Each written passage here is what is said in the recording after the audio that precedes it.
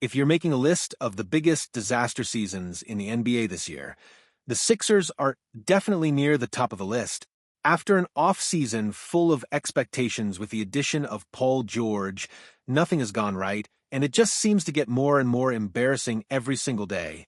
They have the seventh worst record in the league, much closer to teams like the Bulls and the Nets, who are either bad or trying to lose on purpose, or both, rather than the contenders that the organization continues to pretend that they are. But there is a solution, and one that could potentially save the entire Joel Embiid era. Now, you might not have caught this report because of all the chaos of the trade deadline, the Luka trade, and even some football stuff, but the Sixers actually gave us a Joel Embiid injury update, and it's not great. During their game against the Bucks, ESPN reported that Embiid will likely need another surgery and a long recovery period to repair his knee, an injury that he sustained over a year ago and has been dealing with the entire season. It's an injury that the team hasn't exactly been forthcoming about for the entire season. He's been in and out because of a knee issue, a knee situation, every adjective that they can give it without ever actually telling us what is going on. Because prior to the season, we all expected Joel Embiid to come into the year, be healthy, and be ready to go. Then he missed a period of time at the beginning of the year, and he's been in and out of the lineup the entire season. The reason for that is likely because of Embiid's activities this summer. He played in the Olympics for Team USA and won a gold medal, and I respect him for wanting to play on the team and for pushing himself to play on the team. But it's likely that the knee injury he's been dealing with in the NBA for the Sixers all season long was aggravated by him playing in the Olympics, or at the very least, he wasn't as healthy as he could have been to start the season because he was playing in the Olympics. Obviously, Philadelphia did not want him to go play in the Olympics. It's a decision that he made because he wanted to play for Team USA and win a gold medal, of which he was successful. But it has now put the Sixers in a very difficult position. Interestingly, though, they didn't seem all that concerned about it in the fall. Back in September, right after the Olympics, the Sixers felt totally comfortable giving Joel Embiid a new 3-year, $193 million extension. So it's clear they weren't that concerned about the knee issue at the time, but now they definitely are, because right now the Sixers have an aging big on a bad knee with a history of injuries that only plays half the games he plays in now, maybe, and is signed to a massive deal through the 2029 offseason. Think about how far away 2029 is. That is when Embiid's contract runs out with Philadelphia, and it's clear that the Sixers were not willing to give up on the Joel Embiid era despite the frustrations, despite all the injury issues, because they continue to double down.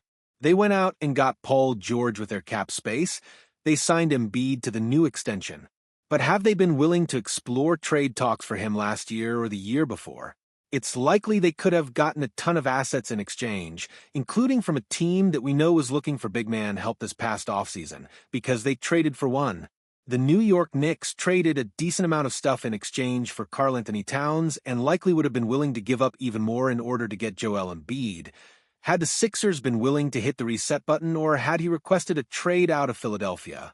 There have been long-standing connections between Embiid and the Knicks that is an option that a lot of people pointed out at the time.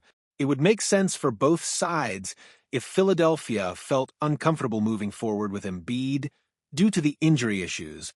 But now, because of the new extension, because of this knee issue, and because of how the season has gone for Philadelphia, he has no trade value. That is no longer an option for Philadelphia. If the Sixers put him up on the trade block this offseason, there would be pretty much no takers in terms of giving up significant assets. He would go for less than what Karl-Anthony Towns went for last offseason, which was Julius Randle, a first-round pick, and a rotation player, Dante DiVincenzo. But all of this sounds terrible, yet there is still a solution for Philadelphia. Give up on the season. Let the season go. Realize where you are. Live in reality. If you are the Philadelphia 76ers, understand you are not a contender despite what you say publicly. You cannot compete with even a team like Milwaukee, much less Cleveland, much less Boston. You're not good enough. The roster isn't good enough. Embiid isn't healthy enough. Paul George is in the middle of the worst season of his career since his second season in the league. Take the year off. And if Embiid truly does need another surgery, need a couple of months off, or need a recovery timetable in order to return to something close to fully healthy, let him go ahead and have that to end the season, and then have the entirety of the summer to rehab and to get himself ready and in shape for the following season. Same thing for Paul George. Give him a ton of time to rest and just run it back next year. The thing that complicates that is they don't have access to their 2025 first-round pick that is owed to Oklahoma City, but there's good news on that front too. That pick is top 6 protected to OKC. Obviously, it would be difficult to get guaranteed top 5 pick rights because there are a couple of teams that are pretty bad. But right now, they're 7th in the lottery odds. Even if they don't do anything else, if they rest Embiid and George and they're playing, Yaseli is like their best player the rest of the year, then all of a sudden you could maybe sneak into top 5, top 6 territory, keep your pick, get a top 5, top 6 pick in a loaded class, run it back next year with this new high-flying rookie on your team, a healthy Embiid and a healthy George, and all of a sudden the outlook for Philadelphia looks much different. The problem with all of that is that requires everybody in the organization to be on the same page to realize that the season is over. They need to call it quits, and it's time for them to move on to something different, move on to a different plan. Daryl Morey, the GM, and Nick Nurse, the head coach, are unlikely to be on the same page there because they know that the pressure is on. Morey specifically has been there for years. He's been chasing an NBA title for 2 decades now in the front office, and he hasn't been able to make it happen. I wouldn't be surprised if, given the extension, given the Paul George contract, he's on pretty thin ice there organizationally, and he certainly doesn't want to lose his job because if he gets fired, it's unlikely he will get another GM job immediately or ever. Nick Nurse also hasn't exactly covered himself in glory this season either, and so it might make sense from a basketball perspective for the future of the team, for the future of the organization, to shut things down and give up on the year. It's unlikely that the guys actually in charge of making the decisions outside of the owner, the GM, and the coach are actually going to be willing to do that because they might be out of a job. They would much rather make a decision that is not for the good of the franchise and keep their jobs rather than the reverse. But if they don't do this, if they don't shut down the season, they don't shut down Embiid and George, here's what's going to happen. They're going to make the play-in. Maybe they're going to win 1 game in the play-in. Maybe even if they get all the way to the actual postseason, they're going to play Boston or Cleveland in the first round. They're going to get smoked, and then they're going to give away something close to a lottery pick. They're not going to have a 2025 first-round rookie. They're not going to have real cap space flexibility to do anything in the offseason, and they've got 2 of the worst contracts in the entire league on their roster with aging, injury-prone players in Paul George and Joel Embiid and guys that have gone all out towards the end of the season just to try and make the play-in, just to try and get to the playoffs, and then ultimately lose and be in a worse situation than they are now. The only other option that I'm sure a lot of you are thinking about right now is, well, what if they just played the season out and then explored Embiid and or Paul George trade possibilities in the offseason? Maybe if you want to go for a reset, you go for a full reset in the offseason.